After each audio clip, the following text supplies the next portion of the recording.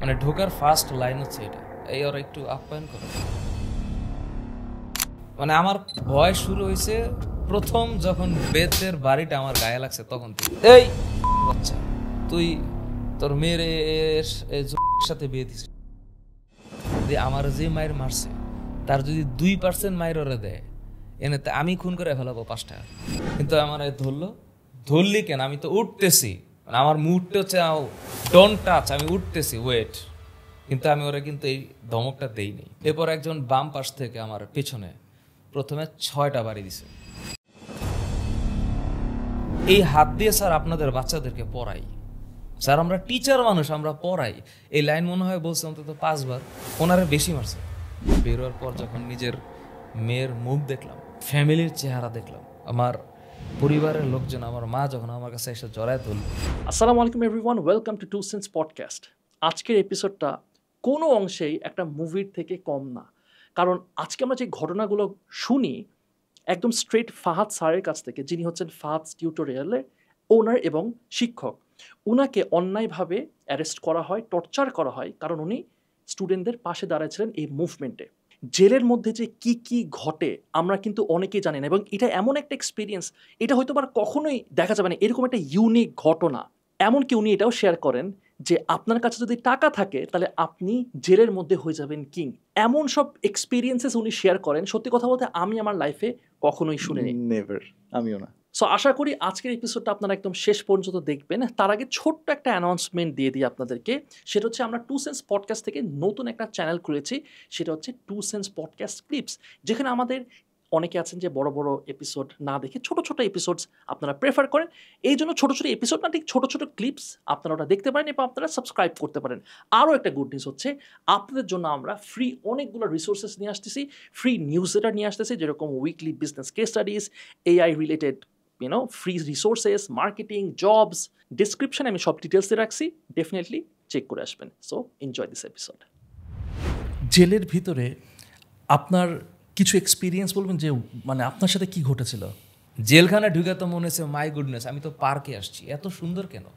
জেলখানা কিন্তু খুব সুন্দর, একদম সাজানো ফুলের বাগান, জেলখানা অনেক সুন্দর, মানে একদম ইয়ার্ড আছে, একটা বিশাল বড় ইয়ার্ড। হ্যাঁ, তো তখন আমার মনে হয়েছে যে না, আলহামদুলিল্লাহ এখন আসছি, কেউ মারবে না।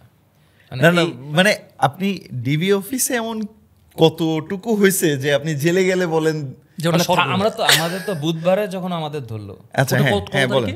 বুধবার হচ্ছে 31শে জুলাই, আচ্ছা, সকাল 11:30। আপনি কতদিন যদি জেলে ছিলেন? বা 6 দিন।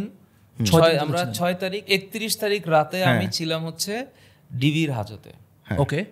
আর 1 তারিখ রাত থেকে শুরু করে 6 তারিখ পর্যন্ত আমি জেলখানায়। আচ্ছা, 6 তারিখ মানে 6 তারিখ, 5 তারিখ রাত 2:30, মানে 6 তারিখ, হয়তো ওই হিসাবে আর কি, 6 তারিখ পর্যন্ত। তো জেলখানার ফিলিংস হচ্ছে, মানে জেলখানায় আপনি যখন দেখবেন আপনার সাথে অনেক মানুষ, মানে আমি যে ট্রমার মধ্যে দিয়ে গেছি তার মধ্যে জেলখানায় যখন দেখলাম যে মানুষ একটু হাঁটতেছে, ঘুরতেছে, আকাশ দেখতেছে, বৃষ্টি পড়তেছে, তখন আমি বুঝছি যে না, ঠিক আছে, এবার মনে হয় একটু জীবনটা দেখতে পাচ্ছি। মানে যাই হোক, না খাই বা খেয়ে থাকি, যাই হোক, মনে হয় একটু আকাশ দেখতে পারবো। তো এই ভালো ফিলিংসে ছিলাম আর কি, অন্তত মানে কেউ মারবে না, এই অনুভূতিতে ছিলাম। আপনাকে কি মারা হয়েছিল? থানায়, প্রচণ্ড থানায় মারা হয়েছিল। মানে আমাদের জার্নিটা শুরুই হয়েছে যে আমি অফিসে আমার যেই ক্লাস, আমি অফলাইনে ক্লাস নিচ্ছিলাম, তখন অ্যারাউন্ড 10:30টার যে ব্যাচটা, ওই ব্যাচটা পড়াচ্ছি, এইচএসসি 26-এর ব্যাচ। ওরা মানে আমার একদম ফ্যামিলির মতো। তো পড়াচ্ছিলাম, তো আমার যে রুম, সেই রুমের ঠিক বাইরে দেখলাম পুলিশ আসলো।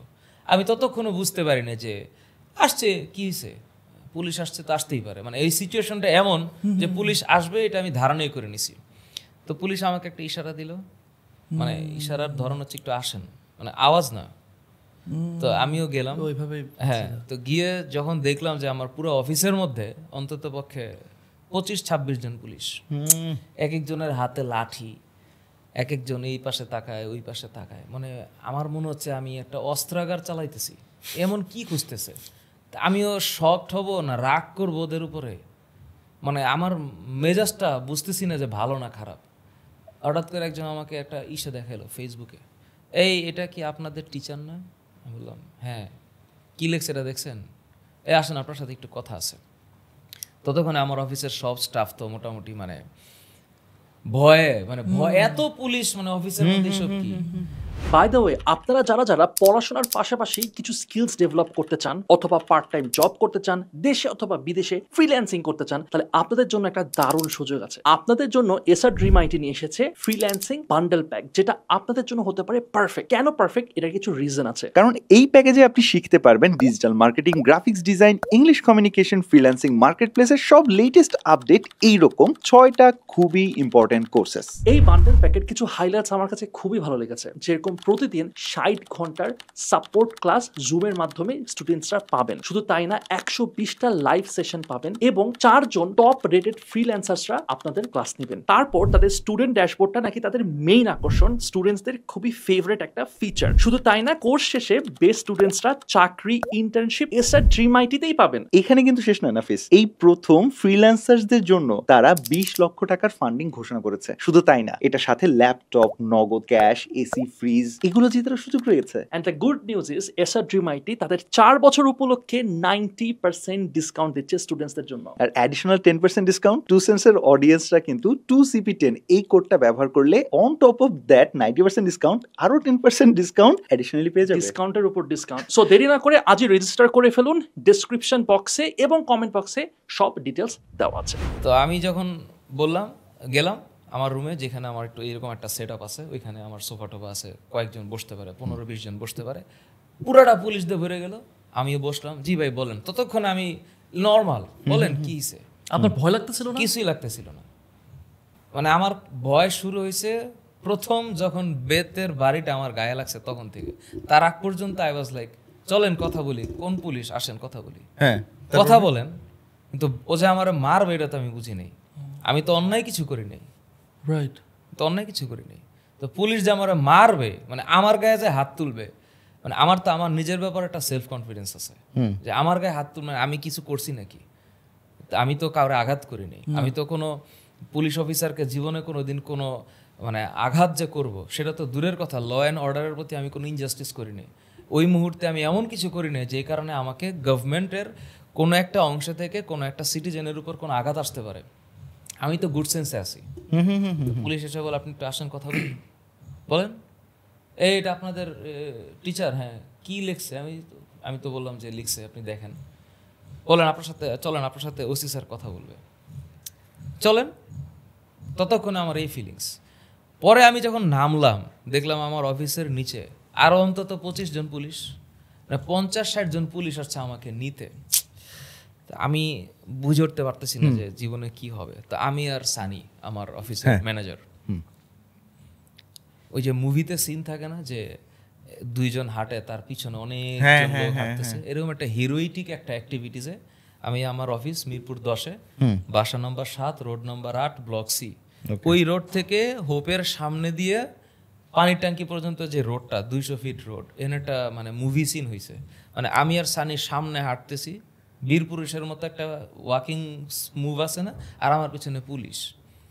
তা ঠিক আছে চলেন, আমার ওই ততক্ষণের ফিলিংস আছে, চলেন কথা বলি, বলেন, প্রশ্ন করলে আমি উত্তর দিব।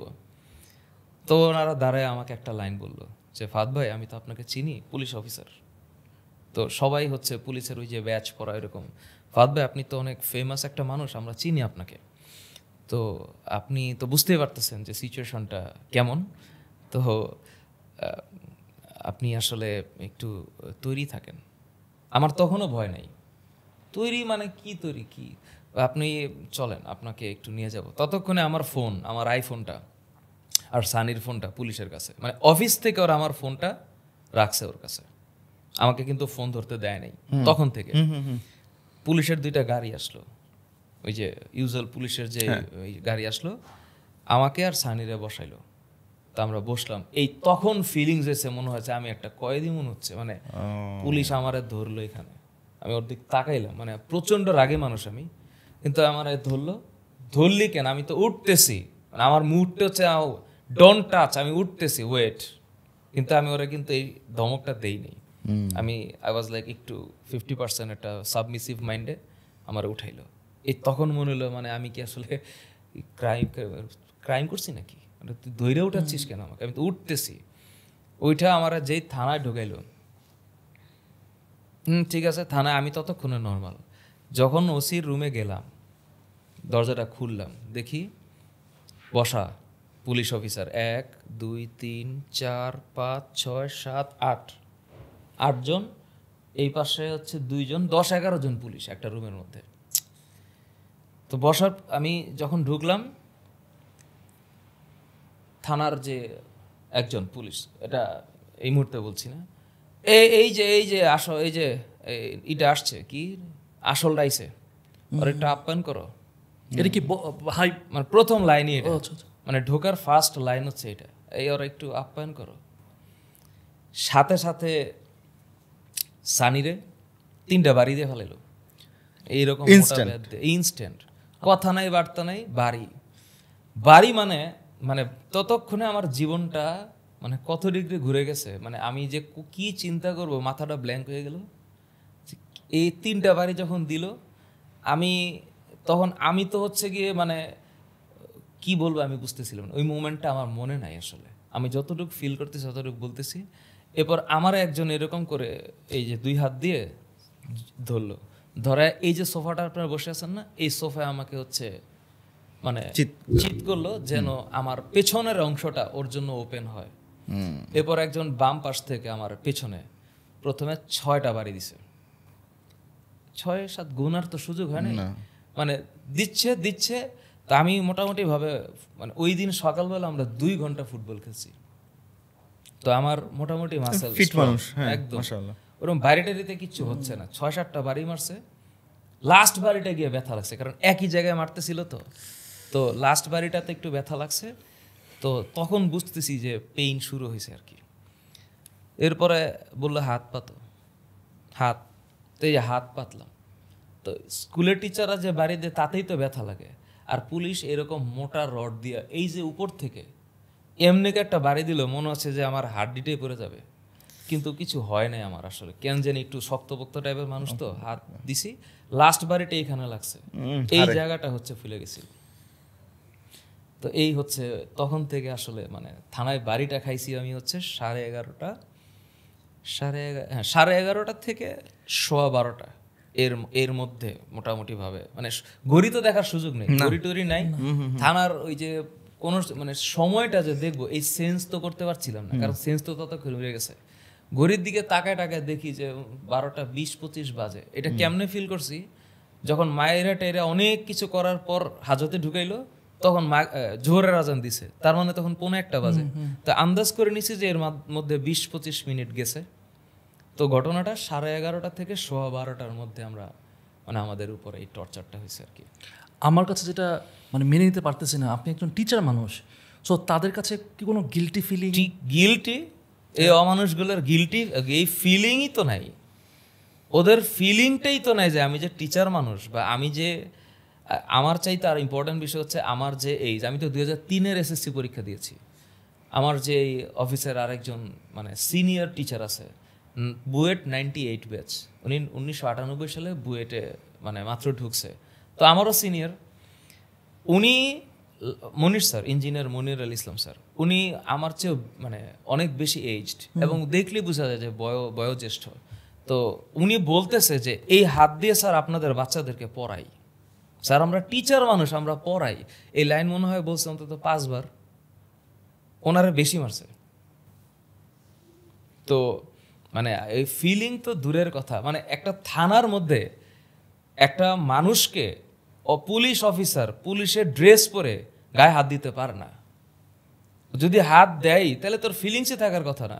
আমরা যদি কোনো অপরাধ করে থাকতাম, সেটা যদি প্রমাণিত হইতো, এই শাস্তির অধিকার তো তার নাই, না তাই না? তার তো নাই সেটা। ল এন্ড অর্ডার তো কিছুই নেই, ল এন্ড অর্ডার তো তখন ছিল, law and feeling, law and order কিছুই নেই। হ্যাঁ, সো ওরা মানে এইরকম থানার ওখানে, তারপরে থানার কতক্ষণ ছিলেন থানাতে? আপনাদের তারপরে নিয়ে গেছে বা কি? থানায় যখন মারলো, মানে আমি থানায় মারার পরে হচ্ছে শরীর তো হাঁটতে পারতেছিলাম না, মানে এই গল্প তো মানে মারার দৃশ্য তো পুরোটা বলে বোঝানো যাবে না। সানিরে তো মানে বিরতিহীন মারছে, মানে ওরা মারতে মারতে টায়ার্ড হয়ে গেছে, মানে আর পারতেছে না মারতে। মানে তাহলে কোন অবস্থায় গেছে। তো আমাদেরকে নিয়ে যাওয়া হইলো ইয়েতে, ওই যে কি ইনভেস্টিগেশনের জন্য, যে আমাদের যে মোবাইলগুলা এগুলা সিজ করলো, মোবাইলের প্যাটার্ন ট্যাটার্ন খুলতে বললো, এই কার কি পাসওয়ার্ড সব দে। তুইতে মানে এমন আচরণ, মানে মনে হইলো যে আমি কি নর্দমার কীট নাকি। এই তুই, এই তোর ফোন দে। ও আমার সামনে যদি থাকতো, ও আমাকে 3 বার সালাম দেওয়ার কথা বলা দরকার ছিল, কিন্তু ও আমার যখন তুই তেকারি করতেছিল তখন বুঝতেছিলাম যে আমি মনে হয় যে অন্য একটা জীবনে আসি। ঠিক আছে নেন, এইরকম ও যা বলবে তাই করতে হবে আর কি। ওই যে আগের দিনের রাজা বাদশারা লোয়ার ক্লাস ইয়ের সাথে যে আচরণ করতো, চাবুক দিয়ে মারলেও জি হুজুর জি হুজুর, আমাদের তাই করা লাগতেছিল মিরপুর মডেল থানায়। তো আমাদের এইটি করে, এই যে মোবাইল টোবাইল সিজ করে, এবার আমাদেরকে হ্যান্ডকাফ পরায়, হ্যাঁ, থানার হাজতে ঢুকাইলো।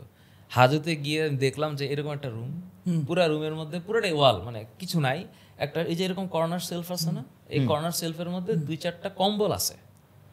তো আমরা 6 জন এটার ভিতরে, একটা কম্বল নিয়ে আমি সোজা শুয়ে পড়লাম, হাতটা এমনি করে দিয়ে সোজা শুয়ে পড়লাম। সেকেন্ডের মধ্যে আমার ঘুম চলে আসছে, মানে মায়ের খেয়ে তো আমার শরীরের অবস্থা একদম। তো শুয়ে আমার যখন ব্লাড সার্কুলেশনটা মোটামুটি প্যারালাল একটা মানে ব্রেনের দিকে যাচ্ছে, আমি একটু ফিল করলাম যেটা আরাম পাচ্ছি। এই শুয়ে থাকলাম। আমার শ্বশুর, সেও জেলে, আমার সিনিয়র 2 টিচার এও জেলে। আপনার শ্বশুরও জেলে? শ্বশুরও জেলে ছিল। উনি আমাকে দেখতে আসছিল, তো ওই দেখতে আসার পরেই তো ওনাকে জেলে ঢুকেছে। মানে দেখতে আসছেন এই জন্য ওনারে জেলে ঢুকেছে? হ্যাঁ। তা আমার সিনিয়র এক ম্যাথ টিচার রিপন স্যার আর আমার শ্বশুর 2 জন আমাদেরকে দেখতে আসছিল, কারণ আমি যখন ক্লাস নিচ্ছিলাম উনি আমার অফিসের হচ্ছে মানে আমার ম্যানেজমেন্টের, মানে উনি হচ্ছেন ম্যানেজিং ডাইরেক্টর আমার অফিসের। তো উনি তো তখন অফিসে আসে নাই, 10:30 পৌনে 11টার দিকের গল্প আর কি। তো উনি যখন আসছে তখন আয়সা তো শুনছে আমরা হচ্ছে আমাদেরকে পুলিশ নিয়ে গেছে, কারণ কেউ তো বলতে পারতেছে না যে কোথায় আছি আমি। তো উনি রিপন স্যারকে, সম্ভবত আমি পরে গল্প শুনছি, রিপন স্যারকে এসে বললো চলেন একটু দেখে আসি কোথায় থাকতে পারে। তো আমার যে অফিসটা এটা মিরপুর 2 মডেল থানার আন্ডারে, তো উনি ওইখানে যাওয়ার চেষ্টা করবে, গেছে। ওনার সাথে যে বাজে ব্যবহার করছে, হ্যাঁ, ওনারে বলতেছে এই তুই তোর মেয়ের সাথে বিয়ে দিছিস। আমি জঙ্গি? What is this? আমি জঙ্গি? তুই এনএসইউর না, নর্থ সাউথের না? আমার শ্বশুর তো এগুলা তো জীবনে চিন্তাও করতে পারে না, উনি ভাবতেও পারে না যে পৃথিবীতে কোনো মানুষের মুখ দিয়ে এই গলা মানে এই শব্দ বাইরেতে পারে। তো উনি থান্ডার্ড। তো প্রথম বলতেছে এই তুই কে, প্রথম লাইন এই তুই কে, আমার শ্বশুরকে বলতেছে। ততক্ষণ আমাদের 3 জনকে মাইরা, মানে আমি, সানি আর মনির স্যার 3 জনকে মাইরে ফ্লোরে বসায় রাখছে। ফ্লোরে আমরা বসা, তখন ওনারা 2 জন ঢুকলো। ওনারা ঢুকে বুঝতে পারছে আপনাদের উপর, মানে আমাদের যে একটা গেছে এটা ওনারা বুঝছে। তো ওনারা খুব সফটলি, মানে রিপন স্যার তো শকড, আমার শ্বশুর তো শকটের উপরে কোনো যদি অ্যাডজেক্টিভ থাকে সেটা হয়েছে। মানে আমাকে এই সিচুয়েশনে দেখে উনি ভাবতে পারতেছে না যে মানে হোয়াটস হ্যাপেনিং, হইতেছে কি। উনি বলতেছে এই তুই কে? স্যার আমি ফাহাদ স্যারের শ্বশুর। তখন আরেকজন বলতেছে এই যে তুই স্যার, তুই তোর জামারে তুই স্যার ডাকিস কেন? এটা কি? ফাহাদ স্যার তো এটা নাম হয়ে আসতেছে বলে উনি বলতে বলতে অভ্যস্ত। তো ওনারা এমন প্রশ্ন করতেছে, মানে যে প্রশ্নের কোনো উত্তর নাই, মানে এটার উত্তর উনি কি দিবে, এর কোনো উত্তর নাই। তো মানে ওনাদের প্রশ্নের কোনো উত্তর নাই। পরে আমার ফোন এমনি করে স্ক্রল করে, মানে আমি কিন্তু ওর চোখের সামনে এরকম বসা, আর ও এরকম এই যে সোফার মধ্যে, আর হোয়াটসঅ্যাপে একটা মেসেজ দেখে মেসেজটা যে উদ্দেশ্যে লেখা, যাদের জন্য লেখা, ও ওইটারে নিয়ে মিলাচ্ছে আন্দোলনের সাথে। এই যে দেখেন তারা আগের থেকেই প্ল্যান করে রাখছে এই অ্যাক্টিভিটি, 10 নম্বর ভাঙে ফেলবে, অথচ ওই ল্যাঙ্গুয়েজের সাথে বা ওই মেসেজের সাথে ও কার কোনো কিছুর মিল নাই। তো ততক্ষণে কি হবে না হবে এইসব তো ব্রেনে থাকার কোনো সুযোগ নেই। মানে আমরা তো হচ্ছে গিয়ে মানে বেঁচে আছি, মানুষ যে আমারে গুলি করে নাই, মানে এই সুক্রিয়াটাই ব্রেনের মধ্যে চলতেছিল যে আমারে গুলি করে নাই। তা এর মধ্যে গুলি না করা আগ পর্যন্ত যত অন্যায়, অপবাদ, অনাচার, মিথ্যাচার, গালাগালি, বাজে শব্দ, মায়ের চর, থাপ্পড় যা চলবে জীবনে, এগুলো স্বাভাবিক ঘটনা। এটা মনে কইরা আমি তখন অ্যালাইভ। কিন্তু আমি মেন্টালি খুবই স্ট্রং একটা মানুষ, ফিজিক্যালি স্ট্রং। এই পিডানি খাওয়ার পরেও মানে আমি তখন বসে থাকতে পারতেছিলাম, নড়তে পারতেছিলাম, চলতে পারতেছিলাম, কথা বলতে পারতেছিলাম। তখন এটা ফিল করে ভালো লাগতেছিল যে গুলি করে নেই।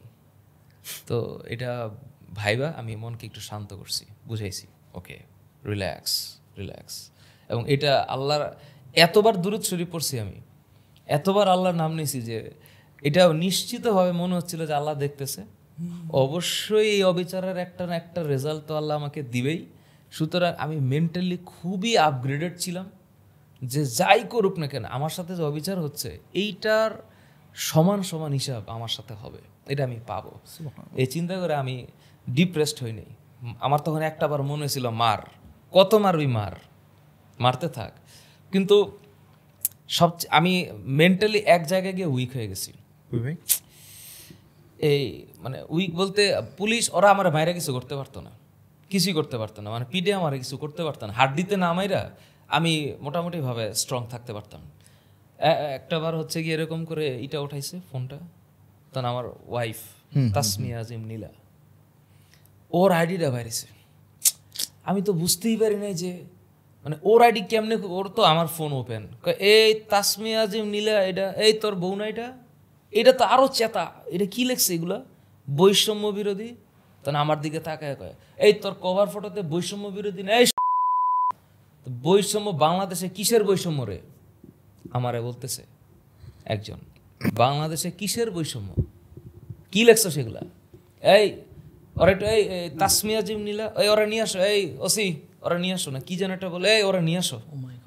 এই তখন আমার ভিতরে মানে একটা মানে এই যে বাড়ি লাগলো আমার, যে তুই আমারে মার, তুই আমারে 5টা গুলি কর, সমস্যা নেই, আমার বউরে যদি নিয়ে আসে এখন আমার বাচ্চাটা, এই টেনশনে মানে এই কথায় আমি তখন আমার ভিতরটা মানে নরম হয়ে গেল। মানে আমি তখন চিন্তা করতেছি এখন যদি ওরা নিয়ে আসে, আর আইনা যদি আমার যে মায়ের মারছে তার যদি 2% মায়ের ওরা দেয়, এনে আমি খুন করে ফেলাবো 5টা,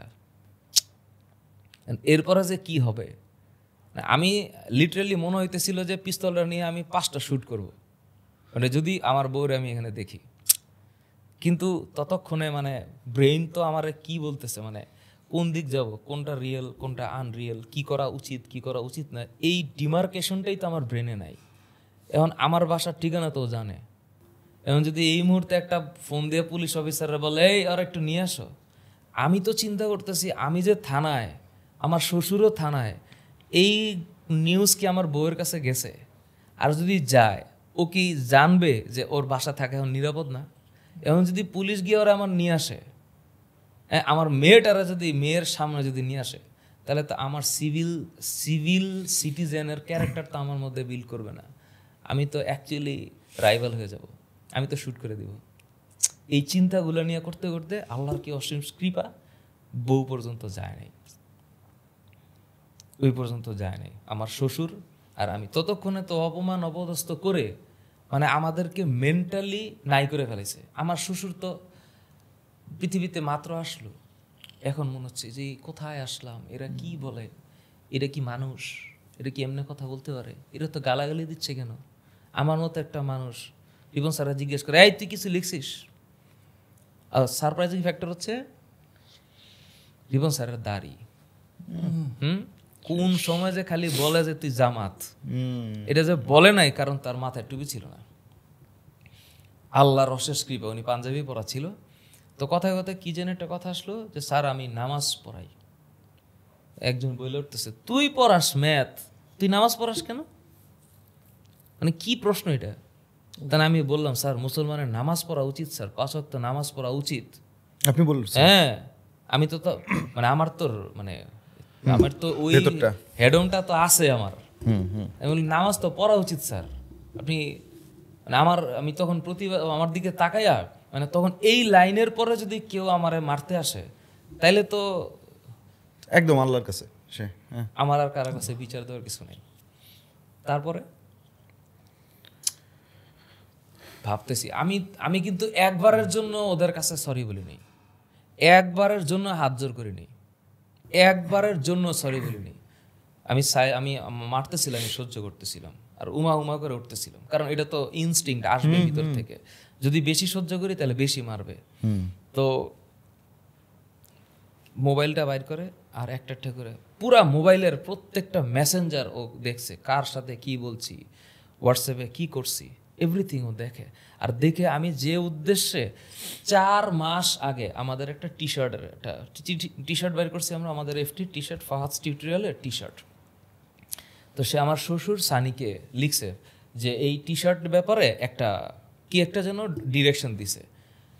ওসি বলতেছে কি যেন একজন, মানে নামটা বলছি না, এটা পার্সোনালি হবে, এই বলতেছে যে এই যে দেখেন আগের থেকেই প্ল্যান করে রাখছে, এই যে টি শার্ট মিশার্ট বানাচ্ছিল, আন্দোলন হয়েছে 10 দিন আর আমার মেসেজ হচ্ছে 4 মাস আগের আন্দোলনের প্ল্যানিং আমরা করতেছিলাম। তো আমি তখন বুঝতেছিলাম যে এটা আসলে ওইভাবেই ওরা কিসের সাথে কি মিলাচ্ছে, মানে কোন ল্যাঙ্গুয়েজের সাথে কোন লাইন মিলাচ্ছে কিছুই বুঝতেছি না। আমি তখন বুঝলাম যে এদের সাথে কথা বলে লাভ নেই, সাইলেন্ট থাকি।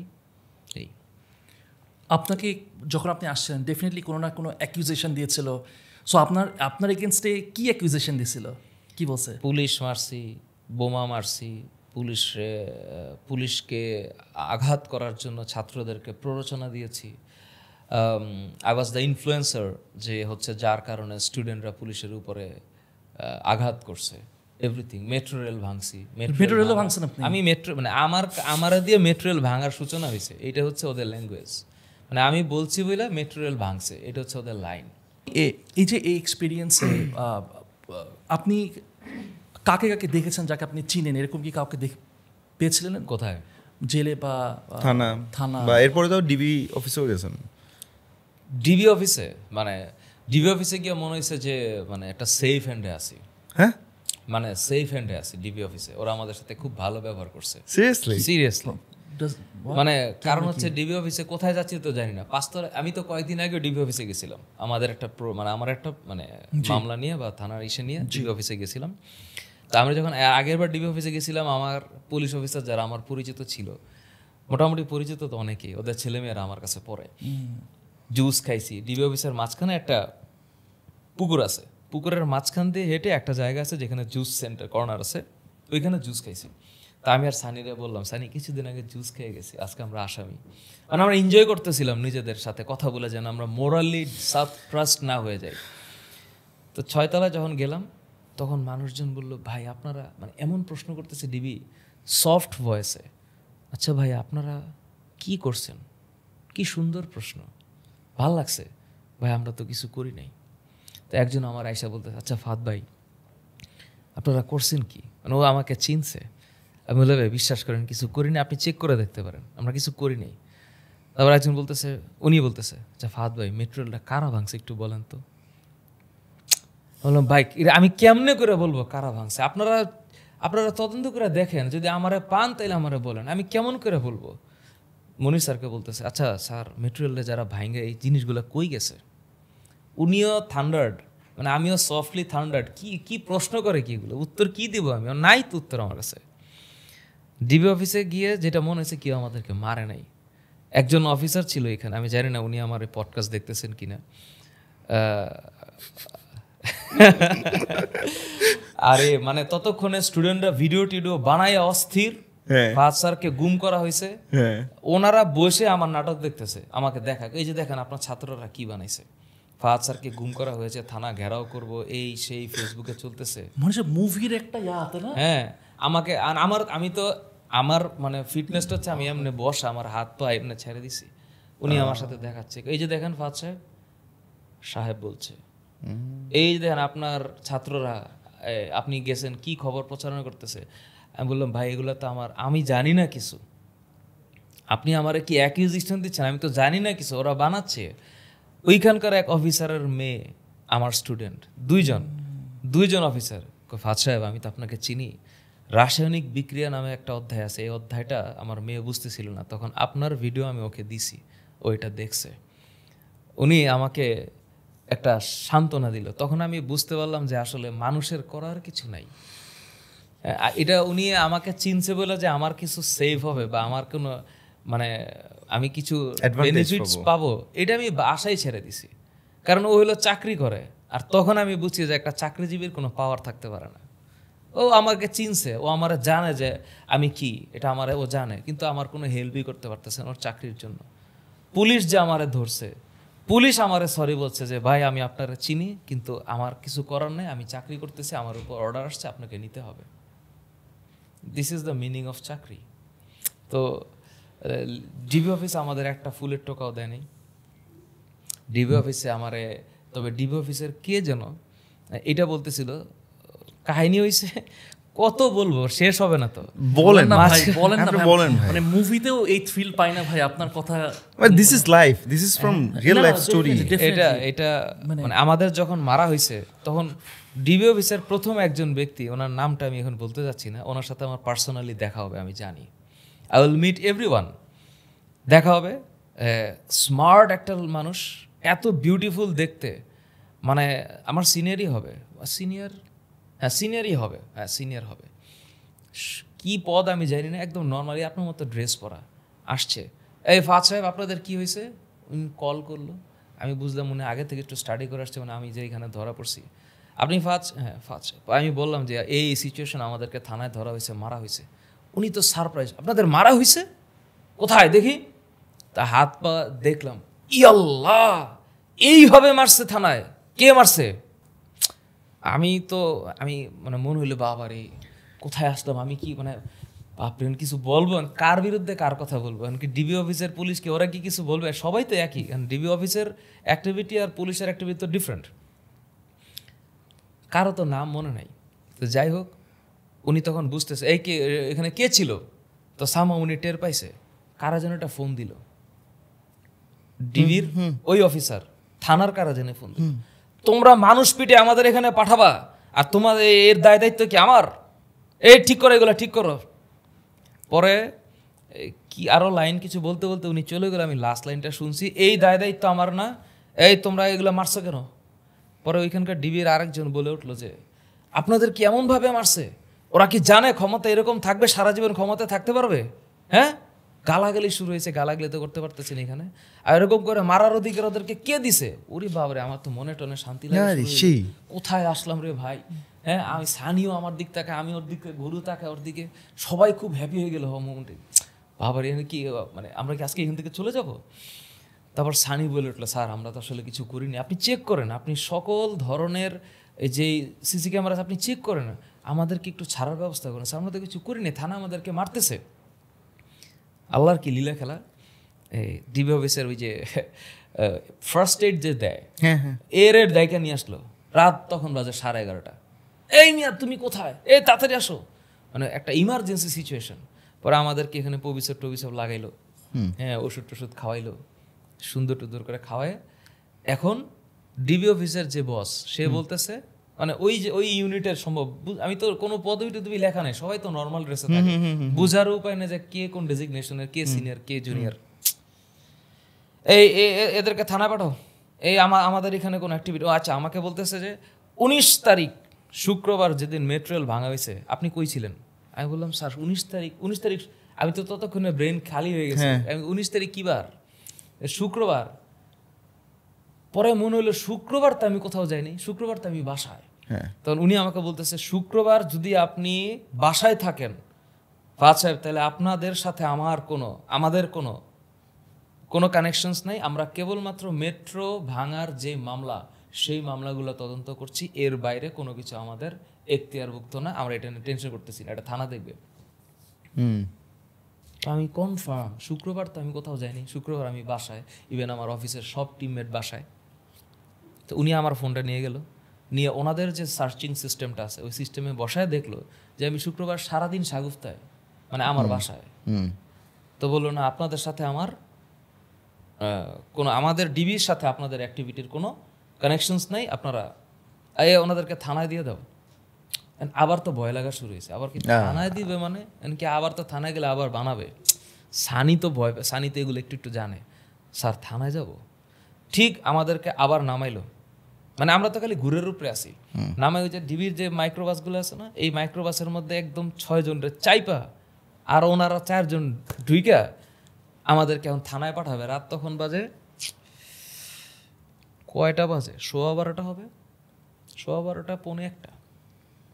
ওমা ছাইরে 5 মিনিট গাড়িটা গেল, আবার একটা ফোন আসছে সামনে, যে কি জানে একটা বললো, এই গাড়ি ঘুরাও, গাড়ি ঘুরাও। 5 মিনিট গাড়িটাতে উঠি নেই, মানে আমরা থানায় যাচ্ছি, মানে মিন্টো রোড থেকে মিরপুরে আসতেছি 12:30 বাজে, রাস্তা পুরা ক্লিয়ার। মিন্টো রোড থেকে বাইরে মগবাজার ফ্লাইওভারের নিচে ঘুরে আবার গাড়ি মিন্টো রোডে আবার ডিবি। আমি তো বুঝলাম না কাহিনী কি হয়েছে। পরে কথায় শুনতেছি ওই যে বস স্মার্ট লুকিং, উনি সম্ভবত ফিল করতেছে যে আমাদের যদি এখন আবার থানায় দেয়, থানায় মনে হয় আবার দিবে। তো উনি বুঝলাম না কি হইলো, উনি আমাদের প্রতি মায়া করলো না দয়া করলো না কি করলো, কিছু তো বুঝে উঠতে পারতেছি না। গাড়ি ব্যাক করে বলে এগুলোর আবার নিয়ে আসো, আবার আবার ডিবি অফিসে। এরপর ডিবি অফিসে তখন 1:45 না 1:30 বাজে, তখন এত এই ঘুরে মিরে আস্তে আস্তে 1:00 নাগাদ বাজে আর কি। তখন ঘড়িতে দেখে দেখে হিসাব করার তো সুযোগ নেই, চোখের সামনে পড়লে না দেখি কটা বাজে। থানার যে ওসি, মানে থানার যে কর্মকর্তা, তদন্ত কর্মকর্তা, সে আসছে ওকে ওকে ওকে ডিবি অফিসে। ও আচ্ছা, সে চলে আসছে যেন আপনাদের আবার ঘুরে। হ্যাঁ হ্যাঁ। আর যে আইও ইনভেস্টিগেশন অফিসার, এও আসছে। ওমা এবার আমি বুঝতেছি মানে ডিবি তাইলে মানে থানার কাছে আমাদেরকে দেওয়ার জন্য কি এদেরকে নিয়ে আসলো। এখন শুনি যে আমরা যারা আঘাতপ্রাপ্ত হয়েছে, ওই যে ওরা থ্রেট মারছে যে তুমি মাইরা মাইরা আমাদের কাছে পাঠাবে, এই মায়ের দায় দায়িত্ব কি আমার। এবার ওনার আসছে আমাদেরকে হসপিটাল নেওয়ার জন্য। এবার আবার ডিবি অফিস থেকে নামলাম, আমি, সানি, মনির স্যার, 3 জনরে মারছে, বাকি 3 জনরে মারে নাই। ওই 3 জনকে ডিবি অফিসে রাখছে। আমাদের 3 জনরে আবার পুলিশের গাড়িতে উঠেছে। এখন ওটা তো ডিবির গাড়ি ছিল মাইক্রোটা, আর এখন হচ্ছে পুলিশের গাড়ি। পুলিশের গাড়িতে উঠাইয়া তখন কি করে 12:30 পৌনে 1:30 2টার কাছাকাছি হবে, পুরা রাস্তায় হলো আর্মি, আমাদেরকে নিয়ে গেল সোহরাওয়ার্দী হসপিটালে। আচ্ছা, তো সোহরাওয়ার্দী হসপিটালে যে ডক্টর যে বইসা ইসে লেখে, মানে প্রেসক্রিপশন লেখে, ওইটাও আমার ছাত্র। আর ওই মানে যেই সকল যাদের মানে দেখতেছি, ও এই দুইটা মেয়ে দেখলাম আমাকে দূর থেকে ইশারা দিচ্ছে, স্যার আসসালামু আলাইকুম। আমি বুঝছি, তখন আমি দেখলাম যে ও মোবাইলে কিছু একটা করতেছে, নিশ্চিত আমার ছবি একটা উঠাইছে, আর একটা আপডেট দিচ্ছে যে আমি সোহরাওয়ার্দী হাসপাতালে রাতে। পরে আমি মানে আমি যখন আসছি তখন টের পাইছি যে রিউমার্স অনলোর, মানে বাংলাদেশে সবাই জানে যে আমি মাঝখানে রাতের বেলা হসপিটালে। অনেকে মনে করতেছে যে এমন মায়ের মারছে আমি হাসপাতালে। তো ও সম্ভবত একটা খবর দিছে যে ফাহাদ স্যারকে এই মোমেন্টে রাত 2টার সময় সোহরাওয়ার্দী হসপিটালে, সাথে সাথে এটা গন ভাইরাল। তো আমি হসপিটালে আমারে দেখলো, যে আমাকে ইনজেকশন দিছে ওইটাও আমার ছাত্র। ওর হাত কাঁপতেছে, আমি ওর ইশারা দিলাম তুই দে ইনজেকশনটা দে। এত পুলিশ তো বুঝতেই পারে না যে ওর একটা ফেভারিট ক্যারেক্টারকে পুলিশ আইসা ওর সামনে ইনজেকশন দেওয়া হবে। ওর এই হাত কাঁপতেছে ইনজেকশন দেওয়ার সময়। তো দেখলো যে আমার এগুলো সব ফুলে টিলে গেছে। আমি তো মায়ের খেয়ে তো তখন ওই দিনই কিন্তু বুধবার রাত 2টা 2:30 আমি তো মায়ের খাইছি থানায় বুধবার 11:30টায়। কি একটা ইনজেকশন দিল, রোলেক্স সম্ভবত, আর সার্জেল, ব্যথার আর হচ্ছে গ্যাস্ট্রাইটিসের। এই জীবনে প্রথমবার মনে করে দেখলাম যে আমার মাথাটা ঘুরতেছে। পুলিশ তো আমার হ্যান্ডকাফ লাগানো, এই পাশে হ্যান্ডকাফ লাগানো এটা ধরে রাখছে, আর এই পাশে হচ্ছে আমাকে ইনজেকশন দিচ্ছে ডান হাতে।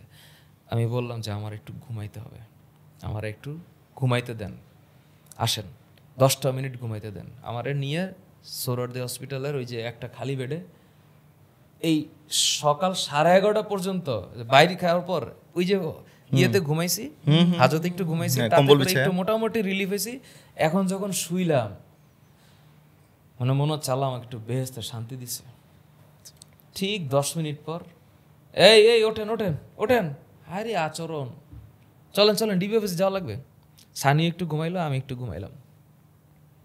তারপর আবার হ্যান্ডকাফ লাগায় আমার সাথে সানিকে হ্যান্ডকাফ লাগাইছে, গুরুর হ্যান্ডকাফ লাগাইছে, মানে মনির স্যারকে নিয়ে আবার ইয়েতে গাড়িতে।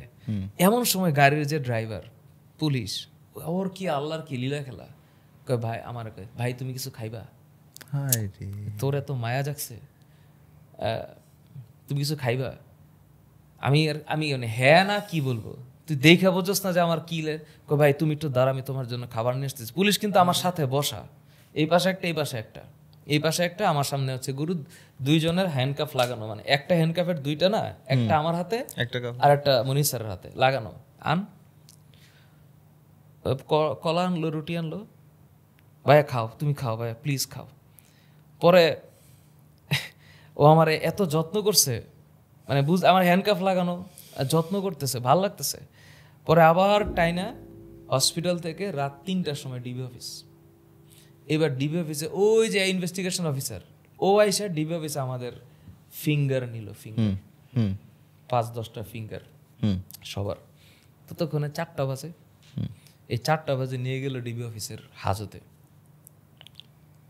হাজত নিচতলা যে হাজতটা, হাজতে গিয়ে দেখি ইয়াসিন আর হচ্ছে শুভ, আমাদের এরটেকের আরো। ওকে, তাকে দেখি, আরে বাপরে কি দৃশ্য! নিচে গেলাম, একটা ছোট একটা জায়গার মধ্যে ইলিশ ফাইল হয়ে সবাই ঘুমাইতেছে। ইলিশ ফাইল হচ্ছে সোজা হয়ে ঘুমানোর সুযোগ নাই, মানে ইলিশ থাকে এমনি থাকে না, হ্যাঁ এমনি তো থাকতে পারে না, এমনি থাকলে তো জায়গা হয় না, এমনি করে ঘুমাইতে হয়, তো এটাকে ইলিশ ফাইল বলে।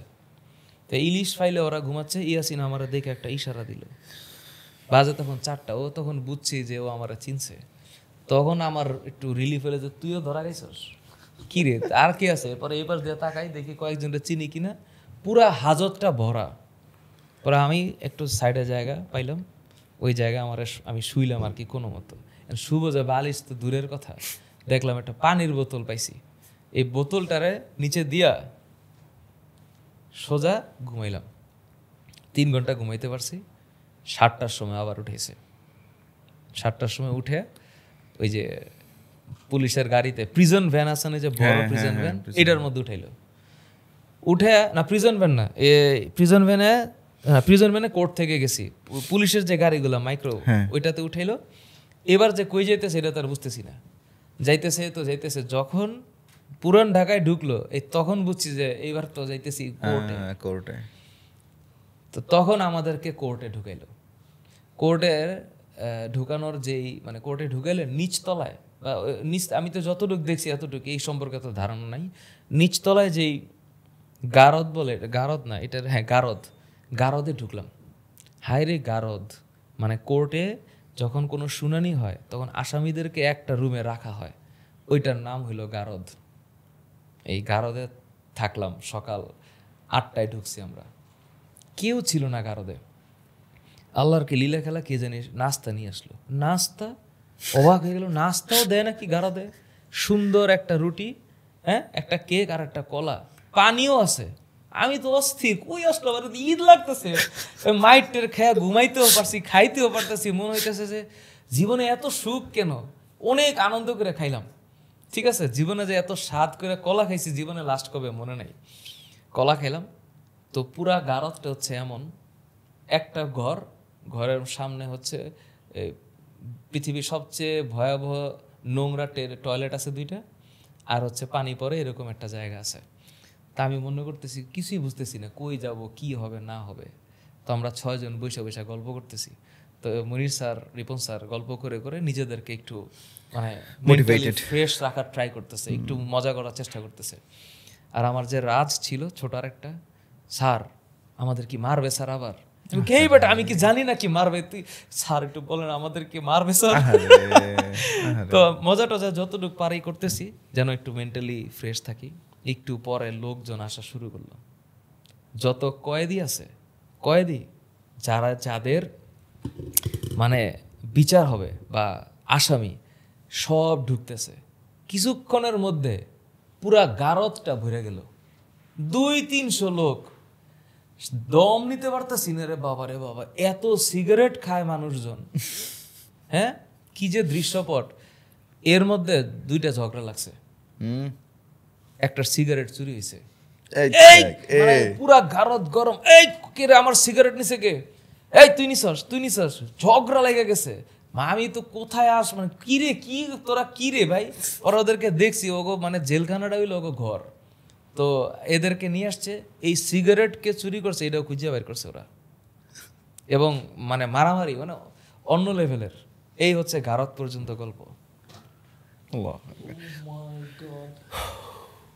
বললেন যে ওইখানে বসা অবস্থায় আপনারা নিউজটা ওখান থেকে। পেয়েছেন। হ্যাঁ ওখান থেকে। ডিবি অফিসে আমাদের যখন জিজ্ঞাসাবাদ চলতেছিল তখন টিভির হেডলাইনের নিউজ হচ্ছে যে প্রধানকে হস্তান্তর করা হয়েছে। আর এই খবরটা আমাদের মানে এই খবরও যে কিছু একটা গুড নিউজ পাবো এই আশা ছেড়ে দিছি। মানে প্রধান সরে গেছে তাতে কি আমরা মুক্ত তাতে হয়ে যাবো? আমরা- আমি আমাদের আর কি। বুঝছি যে এই খবরে আমাদের কিছু আসবে যাবে না, আপনারা যারা আছেন এরা তো খুব গুড ফিলিংস এর কিছু নাই। তো জীবনে যে কি অভিজ্ঞতা, তখন আমার তো সারাদিনে তো আমার ওয়াশরুমে যাওয়ার সুযোগ হয়নি। হ্যাঁ নার্ভাস সিস্টেম তো অলরেডি ব্রেকডাউন, মানে আমার যে ইউরিনারি ব্লাডার ফুল হয়েছে বা আমার যে ওয়াশরুমে যাওয়া লাগবে এই অনুভূতি তো পাইনি সকাল 11টা থেকে রাত 2টা পর্যন্ত, কারণ ওয়াশরুমে যাওয়ার সুযোগ পাইনি। তখন আমার একটু ফিল হয়েছে যে আমার মনে হয় একটু ওয়াশরুমে যাইতে হবে। জীবনের কি একটা অবস্থা, আমি যে ওয়াশরুমে যাব তো বাইরেতে হবে ওই রুম থেকে। পরাইলো হ্যান্ডকাফ পরায় আমার নিয়ে গেল ইয়েতে ওয়াশরুমে। জীবনে ফার্স্ট টাইম হ্যান্ডকাফ লাগায় ওয়াশরুম করলাম। আসার পরে যখন দেখলো যে আমাদের এই অবস্থা, মানে আমরা আঘাতে জর্জরিত, কি থেকে যে তাদের একটা মনে একটা সুখ শান্তি হইলো, এই ওনাদেরকে একটু খাওয়াতো। এক অফিসারই হবে, মানে একটু সিনিয়র পোস্ট, এই আপনারা খেয়ে যান। ওরে বাবা, আপনারা খেয়ে যান, ওয়ার্ডটা তো মজা লাগতেছে। মানে জীবনে সব কিছু ফিল করার চেষ্টা করতেছি যে এত সুন্দর একটা কথা, আপনারা খেয়ে যান, মনে হচ্ছে বেড়াইতে আসছি। আমিও রিপন স্যারের দিক তাকাই, উনিও আমার দিক তাকায়, মজা লাগতেছে জি স্যার। তখন বাজে রাত 2:30। না তখন ওয়েট কখন খাইলাম, এরপরের ঘটনা কি হইলো বাই দিস টাইম খুব impossible to remember the time in perfect. কি হইলো, আমাদের 6 জনের জন্য খাবার আসছে, ভাত সবজি। আর জীবনে প্রথমবার বাম হাতে খাইছি, কারণ এই হাত তো আমি এই যে মানে এরকম করতে পারি না, মানে হাতটা এই করতে, এই আঙ্গুল আর এই আঙ্গুলটা ফুলে গেছে। তো এই আমি হাত এমনি তো আর খাওয়া যাবে না, তো বাম হাত আমি ধুইছি, বাম হাত দিয়ে খাইলাম। অনেক তৃপ্তি নিয়ে খাইছি। সুন্দর ডিম ভুনা দিছে আর সবজি দিছে। হ্যাঁ, সবজি দিয়ে খাইলাম 1 প্লেট, ডিম ভুনা দিয়ে খেলাম আর 1 প্লেট। আমার শ্বশুর তো খাইতে পারতেছে না, মানে কি খাবে উনি তো শকড আগের থেকে, কি তোর আমারে খাওয়াস কি, আমার তো ব্রেনটাই নেই আমার সাথে, আমার ব্রেনটাই আমার সাথে নাই, যে এত অনিয়ম অত্যাচার দেখে আসছি, আমার তো খাইতেই পারতেছি না। পরে অফিসার বলতেছে প্লিজ আপনারা একটু খান, আপনাদের কাজে লাগবে, খান। ততক্ষণ আমার ব্রেন বলতেছে যে সারভাইভ করতে হবে, তো আমার খাইতে হবে, তা খাই। কখন যে পরে কই খাই না খাই তার তো ঠিক ঠিকানা নেই।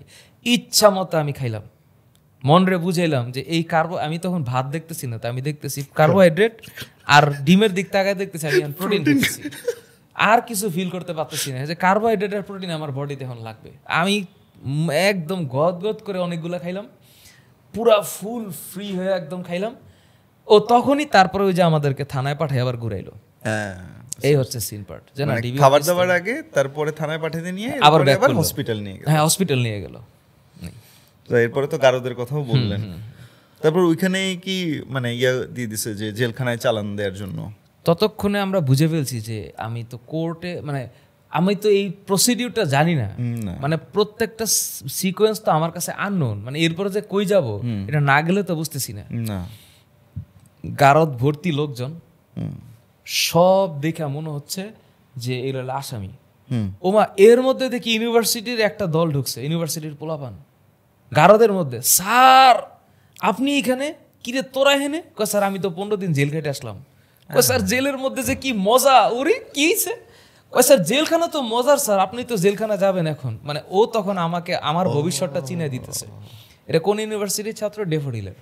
আচ্ছা, এই ছাত্র কমিউনিটি যখন পাইলাম, এই জীবনে তখন আনন্দ লাগা শুরু হইলো যে তোরা জেল খেটে আসছিস, কি করছিস? কয় স্যার এই যে আমার দাঁড়িয়ে আছে বলে স্যার আমার জামাত বলে ছেড়ে দিছে স্যার, ঢুকাই দিছে। কয়দিন? হ্যাঁ, কয়দিন মানে জেলে গেছে আর কি। কয়দিন ছিলি? কয় স্যার 15 দিন ছিলাম।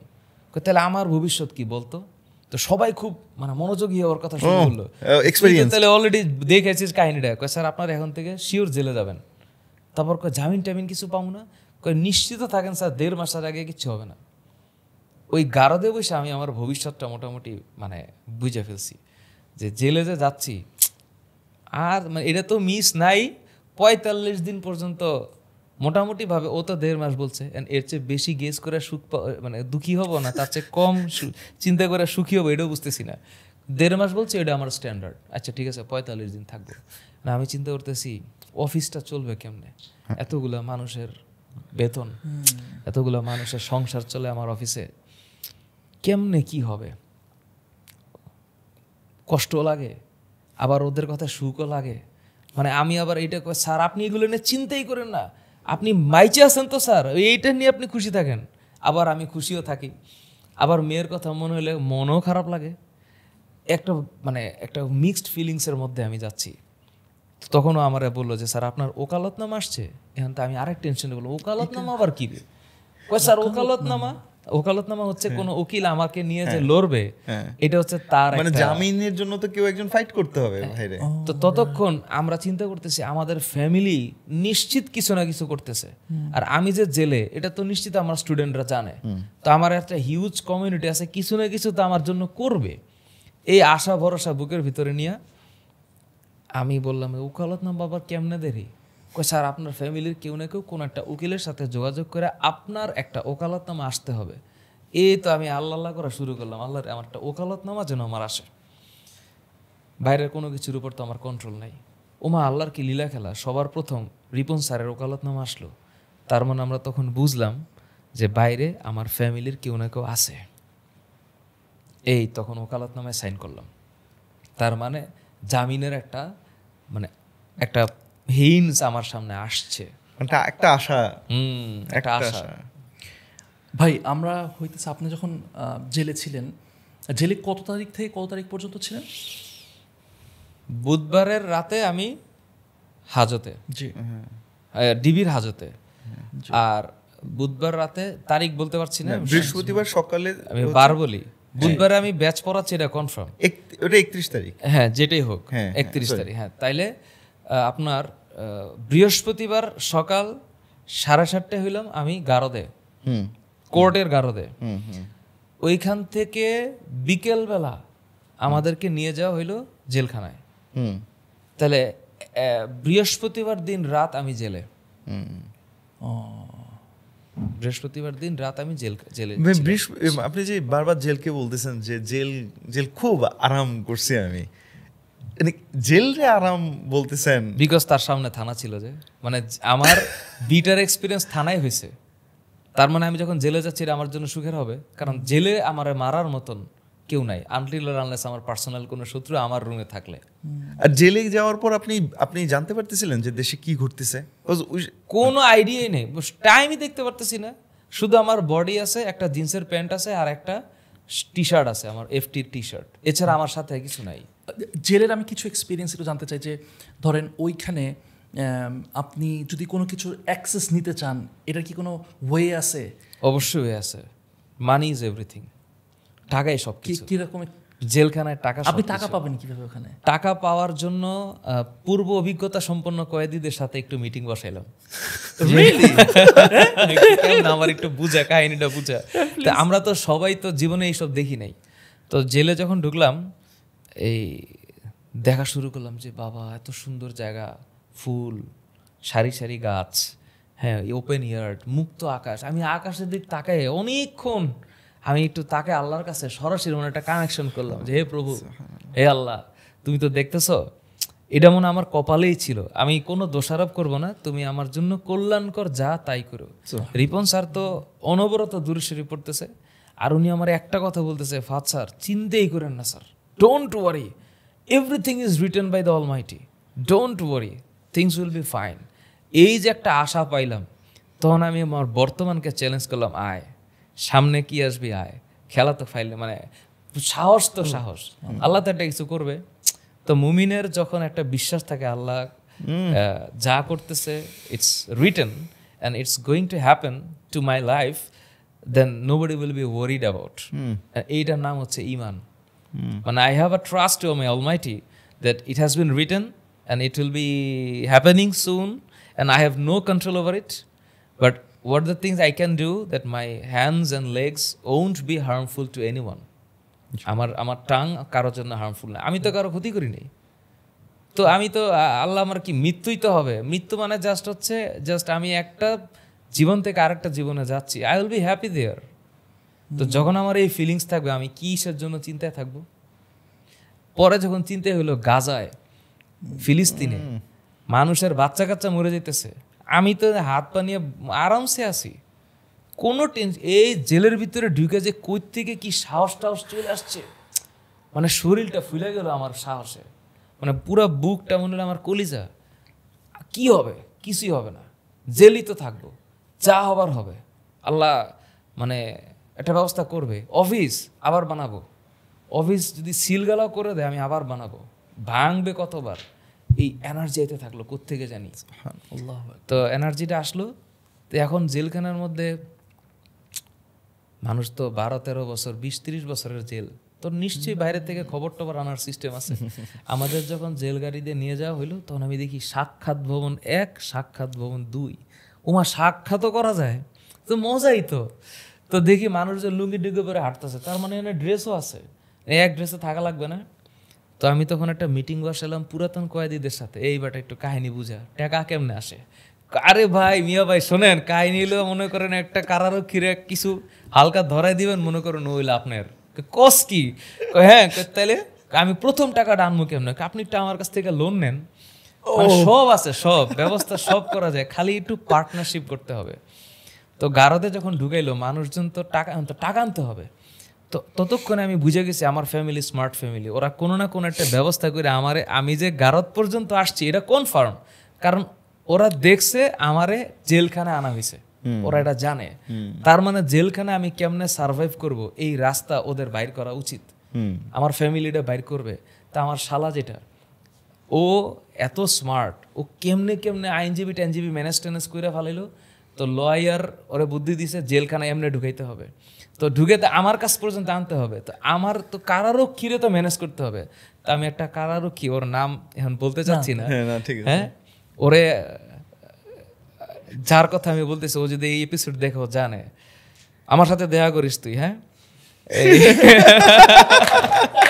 তোরে কাচ্চি খাও আমি। তো ওরা আমি ডাকলাম যে ভাই, তোরা তো আমার খুব ভালো লাগতেছে, তুই একটু আমার হেল্প কর, তুই আমার মায়ের ফোন দে। তো আমি মার নাম্বারটা দিলাম, তুই মায়ের ফোন দিয়ে একটা লাইন বলবি খালি যে আমি ঠিক আছি। আমি ওরা বললাম যে তুই, আমি বাইরের পর তুই যা চাস আমি তোরে তাই দিব, তুই খেলে আমার মায়ের খেলে একটা লাইন বল, হ্যাঁ। তারপর আমার নাম্বারই ভুলে যেতেছি আমি, মনে মুখ ব্রেন তো খালি, নাম্বারই আসতেছে না। পরে আমি বললাম এই নাম্বারে খালি ফোনটা দিবি তুই, দিয়ে বলবি যে আমি ঠিক আছি। আর আমার শালার নাম্বারও মনে নাই, আমার বউয়ের নাম্বারও মনে, আমার তো নাম্বার মনে থাকাটা খুব ডিফিকাল্ট, মনেই তো নাই। তো মার কাছে যখন একটা নিউজ যাবে জেল থেকে, তার মানে মা নিশ্চিত ব্যবস্থা করবে, তার মানে এই কারারক্ষীর ফোন নাম্বারটা হবে আমার কন্ট্যাক্ট নাম্বার। যখন মার কাছে ফোন গেছে, এই মা তো বুঝে ফেলছে যে আমার সাথে একটা কন্ট্যাক্ট হচ্ছে, তখন মা ওরে ফোন দিছে, আচ্ছা আমার ছেলেটারে ঠিক রাখার জন্য কি করা লাগবে। তখন ও বলছে টাকা পাঠান। তখন আমার শালা এই নাম্বারে টাকা পাঠাইছে বিকাশ, ওইটা বাইরে থেকে ক্যাশ আউট করছে, ওর একটা পার্সোনাল ইনকাম আছে এখানে, 1000 একটা কিছু রাইখা বাকি টাকা আমাদের দেয়। কি যে ফিলিংস, যে জেলের মধ্যে টাকা আসছে বাইরে, মানে কেমনে আমার যখন 4000 টাকা দিছে, তখন মানে টাকা আমি করবোটা কি এই টেনশনে আছি। মানে টাকাটা ইউজ করার জন্য তো আমার একটা সিস্টেম থাকা লাগবে, আমি তো জেলের ভিতরে ঢুকে টাকাটা ফেলাবো কোথায়। এরপর আমার কাছে যখন 4000 টাকা আসলো, এই 4000 টাকা নিয়ে আমি ঢুকলাম আমার জেলের মধ্যে। ওমা একটু পরে দেখি এই ভাত তরকারি বিক্রি করে, দুধ বিক্রি করে, জেলখানায় শপিং সেন্টারও আছে, ঠিক আছে, হোম ডেলিভারি সার্ভিস, জেলখানায় সব পারবেন, সব মানে এই যে দোকান, নর্মাল মুদির দোকান আছে, এই দোকানও আছে। আবার ওইখানে লোকজন ব্যাগ বিক্রি করে, খেলনা বিক্রি করে, দৃশ্য মানে অন্য ফিলিংসে আছি আমি। এত কিছু কিনা যায়, টাকা আপনি কত লাগবে বলেন, টাকা খরচ করবেন, খালেন তো বাইরন চলেন। আমরা যে বিল্ডিংয়ে ছিলাম ওই বিল্ডিংয়ের নাম ছিল মেঘনা। আচ্ছা, তো মেঘনা বিল্ডিংয়ে টাকা তো আমার পকেটে 2000 আর আমার শ্বশুরের 2000, 4000 টাকা আছে। টাকাটা তো খরচ করে আমার কিছু খাইতে হবে। জেলখানার খাবার যে কি ভয়াবহ বিভৎস, খাওয়া এটা না দেখলে বোঝা যাবে না। মায়ের খায় তো শরীরে পুরা ক্ষুধা, ওই যে ডিবি অফিসে খাইছি, এরপরে তার খাই নেই। সকালবেলা আমাদেরকে খাবার দিল সবজি, হায় রে সবজির যে চেহারা, এটা যে কোন সবজি বুঝারই উপায় নেই, এটা সবজি মানে সেমি সলিড, সেমি ডাল, হ্যাঁ। তো হচ্ছে পরোটা দিল, পরোটার কোনো সাইজ নেই, মানে কোনো মতো একটা টান দিয়া মানে এই যে আমরা ওই যে পড়ছি না যে ভাইরাস হচ্ছে বিভিন্ন আকৃতির, এই বিভিন্ন আকৃতির পরোটা। এখন আমি তো পরোটা দেখতেছি না, আমি দেখতেছি কার্বোহাইড্রেট। কোনো মতো পানি দিয়ে একটু চাবাইলাম, মানে আমার তো এখন সুস্থ থাকতে হবে, আল্লাহর কাছে দোয়া করতেছি আল্লাহ টাইফয়েড জন্ডিস যেন না হয়। তো আমি শেষ। আল্লাহ আমাদেরকে কাউরে অসুস্থ করে নাই, একটা লোক অসুস্থ হয়নি, না জ্বর, না ঠান্ডা, না টাইফয়েড, না কিছু। Everybody is perfect. আমি তো অবাক, আল্লাহ যে আমাদেরকে রহমত দিয়ে মানে আবদ্ধ করে রাখছে, এটা তো মানে মুশকিল বুঝে ফেলছি আমি। তো কারারক্ষী আমার বললো যে ভাই আমি আপনার টাকা এনে দিতেছি, আপনি চলেন রাজার মতো। উরে কি ফিলিংস ভিতরে, কইলি কি ভাই তুই আয়। আমি কারারক্ষীরে পুরো হাক করে ফেলাইছি, বুকে ধরে দইরা, তুই শুধু আমার খালি আপডেটটা দিবি যে দেশের খবরটা কি। হালকা একটু মেরে দিলাম। ভাই কত দিতেন? এই বলেন না, বলেন না ভাই, বলেন না। ওখানে 100, 150, 200, 300, 400 মানে ডিপেন্ড করে, depend on the load of the news. নিউজের ওয়েটের উপর ডিপেন্ড করতেছে। আমি বুঝে ফেলছি যে এখানে কিভাবে সার্ভাইভ করতে হবে। তো ওরে আমি বললাম যে তুই আমারে প্রতিদিন রাতের বেলা যে খবরটা হয়, যে আপডেট নিউজটা হয়, ব্রেকিং নিউজ, তুই খেলে আমার 3টা লাইন করে ডেইলি বলবি যে দেশের খবরটা কি। তো আমার প্রতিদিন বলতো, ওরে মোটামুটি আমি একটা, এখন টাকা খরচ করার টাইম চলে আসলো, এই খাবার তো খাইয়ে বাঁচতে পারবো না। উমা জেলখানার পাশ দিয়া ভাত, তরকারি, মুড়ি ঘন্ট, করলা ভাজি, ডিম ভুনা, মাছ, দুধ আছে, দুধ বিক্রি হয়। আমি কই টাকা তো আর আমার টাকা লাগবে, আমি খাবো।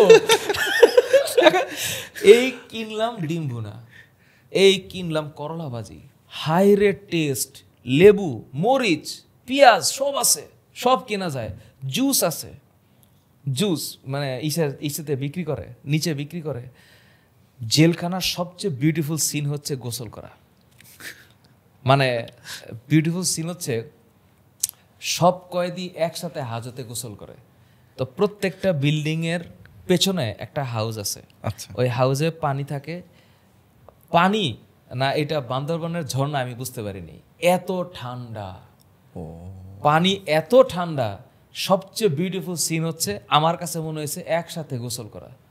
তো পুরা বিল্ডিংয়ের যত কয়েদি আছে ওদেরকে একটা টাইম দেয়, 11:30 থেকে 12টার মধ্যে গোসল করতে হবে। 11টায় সিনটা দেখেন, প্রত্যেকটা জেলখানা খোলে, সবাই বাইর হয়, যে যার মতো করে গোসল করে। এখন আমি সাবান তো নাই, গোসল করব কি দিয়া, বডিতে আসেই ড্রেস একটা, নাই গামছা। আল্লাহর কি লীলা খেলা, আমি বলছি একটা ব্যবস্থাতে আমি করতেই পারবো। তা হাজতে গিয়ে দেখি মোটামুটি 200-300 জন গোসল করতেছে। এর মধ্যে একটা আসছে আমার ছাত্র, স্যার, আমি তুই স্যার বাদ দেখে গামছা দে।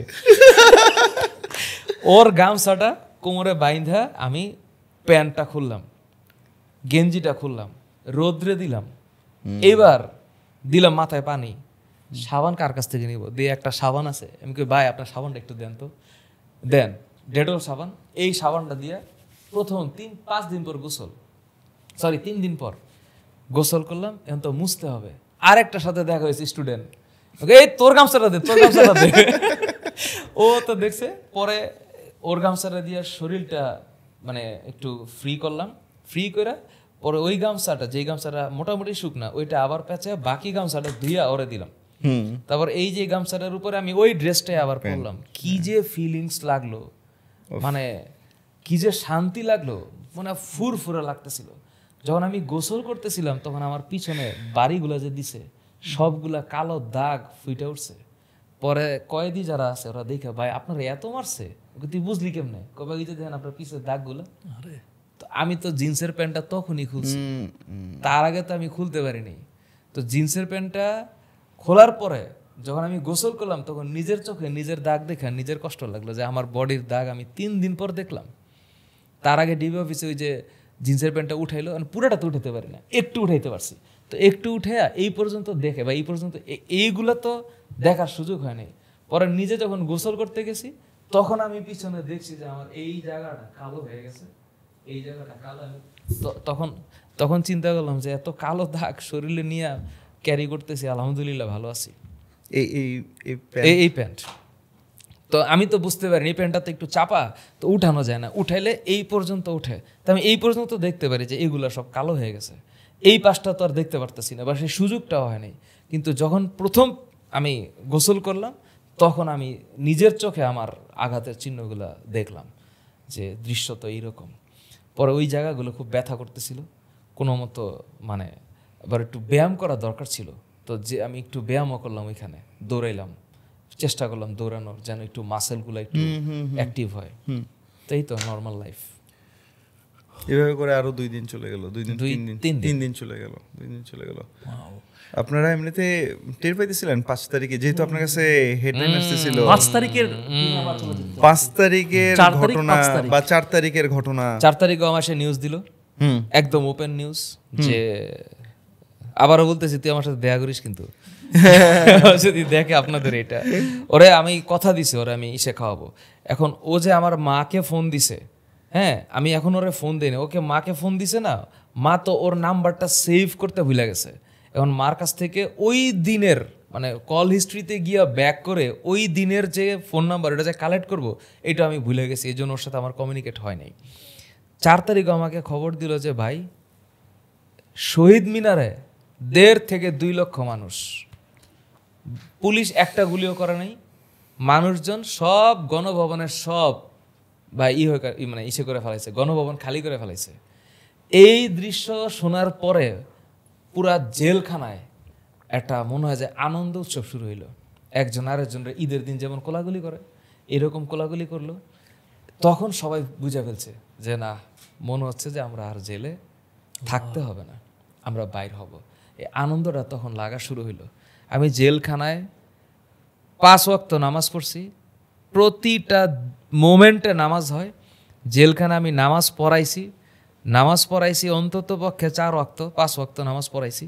এবং সরকার পতনের পর প্রথম নামাজ আমি পড়াইছি জেলখানায়। মানুষজন মানে ততক্ষণে তো সবাই আমাকে চিনছে মোটামুটি ভাবে যে আমি স্যার, আমি মানুষজন যে এত রেসপেক্টটা শুরু হয়ে গেছে, পুরা জেলখানাটা মনে হচ্ছে আমার নিজের, এগুলো আমার পোলাপান। আমি ওদের জন্য খাবার কিনছি, খাবার তো আমি একা কিনতে পারি না, খাবার আমি কিনলে 6টা কিনি, 6টা ডিম, 3টা করলা ভাজি, 200-300 টাকার বাজার করি জেলখানায়, যেন আমি একা খাইলে ওরাও খায়। আমার ভিতরে জেলখানার ভিতরে তানভীর নামে একটা ছেলে ছিল, তানভীর, নাইম, আজম, গোলাম আজম, ওর নাম গোলাম আজম, আজম, তানভীর, নাইম, এই ছেলেগুলা আমার যে পরিমাণ হেল্প করছে জেলখানার ভিতরে আজীবন মনে রাখার মতো। তো আমি খাবার কিনলে কি, তো আমি সানি আর মনির স্যার এক রুমে, আর ওরা 3 জন, খাবার কিনলে 6 জনের জন্য আমি কিনতাম যে তোরা খা, টাকা তো আমার কাছে আছে, এত টাকা কি করব, 6 জনের খাবার কিনলে 200 টাকা খরচ হয়, 2000 টাকা খরচ করতে আমার 10 দিন লাগবে। তো আমার এইটাও মনে মনে ভাবতেছিলাম যে কয়দিন থাকা লাগে, টাকা কি আবার আসবে কিনা, আবার খরচও করতে পারি না। ব্রাশ কিনলাম, পেস্ট কিনলাম, শ্যাম্পু কিনলাম, এগুলা যে কেনা যায় পরে বুঝতেছি।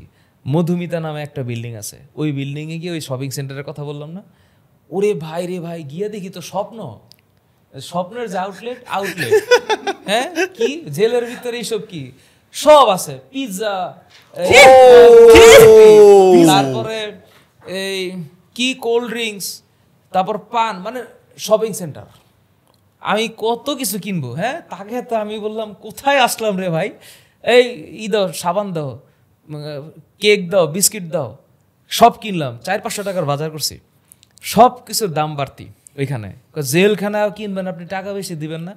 আচ্ছা কিনলাম, টিনা গেলাম, মানে রিয়েল লাইফে চলে আসছি তখন, ফিলিংসটা অন্যরকম। এই যেদিন বের হয়ে আসলেন 6 তারিখ, 5 তারিখে তো নিউজ জেনে গেছে, 5 তারিখে নিউজ জেনে গেছে যে উই আর মানে গেটিং আউট, আমরা গণজামিন পাচ্ছি। গণজামিন মানে এই ওটা 5 তারিখে, ওইটা মোটামুটি ভাবে আমরা মোটামুটি টের পাচ্ছিলাম। কেমনে টের পাচ্ছি আমার এক্স্যাক্টলি মনে নেই, কথা তো হয় অনেক। টের পাচ্ছিলাম যে আমাদের থাকতে হবে না, মানে এই ছাত্র আন্দোলনের কারণে যারা জেলে ঢুকছে এদেরকে কি পরিমাণ মানুষ হবে ভাই ওখানে? 15,000 টোটাল বিল্ডিং হচ্ছে। আমি বলি হিসাবটা কেমনে করছি, একটা বিল্ডিং 6 তলা, প্রতি ফ্লোরে 6টা রুম, ওকে হ্যাঁ হ্যাঁ 6টা রুম, 6টা জেলখানা। তো ধরেন আমি ছিলাম 5-এর 2, মানে 5 তলার 2 নম্বর জেলে। ওকে তো 5 তলাটা বলি, 1টা রুম, 2টা রুম, 3টা রুম, 4টা রুম এক পাশে, মানে বিল্ডিং স্ট্রাকচারটা হচ্ছে ডাবল লেয়ার্ড বিল্ডিং, 2 ইউনিটের ওকে এরকম দাঁড়ায় আছে, মাঝখানটা খালি, এটা বিল্ডিং। তো এই পাশে 1 2 3 4, এই পাশে 5 6 7 8, মানে একটা তলায় 8টা জেলখানা, 8টা জেল, হ্যাঁ 8টা সেল, 8টা ওয়ার্ড বলে এটাকে। ওকে ওয়ার্ড এই 8টা ওয়ার্ডের প্রতিটাতে অন্তত 30 থেকে 32 জন করে আছে। ওকে তাহলে 3 8 24 240 জন, হ্যাঁ 240 জন এরকম আছে, 1 তলা 2 তলা 3 তলা 4 তলা 5 তলা 6 তলা। নিচতলাটা বাদ দেন, 2 থেকে ধরেন 2 3 4 5 6, তাহলে 5 240 এ ধরেন 12 1300 1500, এক একটা বিল্ডিং এ 1500 করে দিই, তো এরকম বিল্ডিং আছে 10টা। ও তো সেই হিসাব করে যদি সব বিল্ডিং এ ফুল থাকে, তো 15,000 কয়েদি হবে। ফুলফিল হয়ে গেছিল সব, আন্দাজ করতে পারছিলাম, মানুষ তো প্রচুর, সবাই ধরে ধরে ঢুকাচ্ছে। তো 15,000 কয়েদির ধারণ ক্ষমতা আছে আমার ধারণা অনুসারে, হয়তো বেশি কম, যে জেল বানাইছে সে বলতে পারবে, আমাদের ধারণা অনুসারে এরকম হবে। এই 15,000 মানুষ যখন বের হইতেছে, হাসরের ময়দানের মতো মনে হয়েছে। তখন মানে ফিল হয়েছে যে যেদিন শেষ বিচারের দিন আল্লাহ ওই যে বলছে না যে মানুষ উলঙ্গ থাকবে, কিন্তু কেউ কারো দিক তাকানোর সময় পাবে না, সবাই খালি বলবে ইয়ানাফসি ইয়ানাফসি। এই দৃশ্য আমরা দেখছি যে কারো দিক কারো তাকানোর সময় নেই, মানে সবাই যে ইয়ানাফসি করবে। হাসরের ময়দান তো আল্লাহ তাআলা সবার হিসাব যখন নেবেন তখন তো দৃশ্য আসলে এরকমই হবে, মানে everybody will be in run, সবাই খালি নিজের আমলনামা নিয়ে দৌড়াতে থাকবে, কারো দিক তাকানোর সময় হবে না। আমরা যখন জেলখানা থেকে বাইরে ছিলাম তখন তো আমি তো আগের ভার্সনের কথা বলছি, কত হাজার মানুষ ওই দিন রিলিজ হয়েছে উই ডোন্ট নো, কিন্তু আমরা রিলিজ হচ্ছি 50 জন করে ঢোকাচ্ছে, পুরা 2টা বিল্ডিং খালি হয়েছে, 2টা বিল্ডিং। তো 2টা বিল্ডিংয়ে অ্যারাউন্ড 3,000 মানুষ। এই 3,000 বাকি বিল্ডিং এগুলোর খবর আমি, বাকি বিল্ডিং থেকেও মনে হয় বেরিয়েছে, ধরেন অ্যারাউন্ড 5,000 মানুষ বের হয়েছে। তা আমাদেরকে বিকেল 5:30টায় কেমন হিসাব করলাম, ততক্ষণে আকাশে আলো দেখতে পাচ্ছি, ঘড়ি তো নাই, মানে আসরের মাগরিবের আজান দেয় নাই, এই সময় মনে হয় আমরা নামছি, আর আমরা বের হইছি রাত 12:30টার পর। মানে এই সময়টুকু 7 ঘন্টা, এই সময়টুকু আমরা শুধু সিরিয়ালে দাঁড়ায় ছিলাম, মানে মানুষজন বাইরেছে 50 জন করে বাইর করে, 50 জন করে বের করে, এই স্লটে এই সিরিয়াল হয়েছে জেলখানায় যে আমরা গণজামিন হবে। ওরা আমাদেরকে ছাড়তে ছাড়তে জেলাররা অসুস্থ হয়ে গেছে, মানে টায়ার্ড হয়ে গেছে, এক একজন শার্ট কাপড় খুলে বাইর করতে করতে, নাম ডাকতে ডাকতে এক একজন অসুস্থ, এত জেলা এত কয়েদি।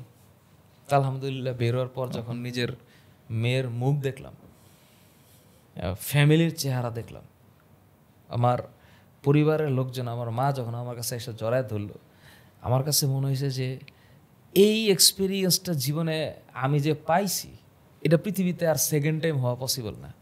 তাহলে সেকেন্ড টাইম হইতে গেলে এত মানুষকে আবার জেলে ঢুকতে হবে, আর ওই সময় গভর্নমেন্ট চেঞ্জ হইতে হবে, যেটা পৃথিবীতে বইলা হওয়া সম্ভব না। সো জেলখানায় আমরা এটাও ফিলিংস পাইছি যে জেলখানায় বইসা গভর্নমেন্ট চেঞ্জ হয়ে গেছে, আর জেলখানায় বইসা আমাদের মামলা সব খারিজ হয়ে যাবে, এবং খারিজ হয়েছে ইনশাল্লাহ। তো দ্যাটস দ্য ফ্যাক্ট, যে ফ্যামিলির মুখটা দেখার পরে আমার ভিতরে আর কোনো কষ্ট রাখি নাই, কোনো কষ্ট নাই, কোনো ক্রোধ রাগ নাই। আল্লাহ আমাদেরকে একটা এক্সপিরিয়েন্স দিছে, দ্যাটস দ্য ইম্পর্টেন্ট থিং, যে একটা লার্নিং হয়েছে। ওই যে বললাম বিশ্বাস, মুমিনের যদি বিশ্বাস থাকে যে আল্লাহ যাই করতেছে ইজ ফর গুড থিং, যাই হবে কল্যাণকর। And the beautiful part of life is unpredictable. If we know যে এটা হবে, তাহলে এটা করতাম না আমি। আমি যদি জানতাম যে আমি জেলে যাচ্ছি, এই ভবিষ্যৎ যদি আমি জানতাম, তাহলে কি আমি আন্দোলনে যেতাম? তো আন্দোলনে না গেলে তো আমি জেলে যেতাম না। তো আমি ভবিষ্যৎ জানলে যেটা হইতো, ওই ঘটনাটার জন্য যা হইতো ওইটাই আমি করতাম না। এজন্য আমরা ভবিষ্যৎ জানি না, জানলে চেঞ্জ করে ফেলতাম, তাই না? সিম্পল হিসাব।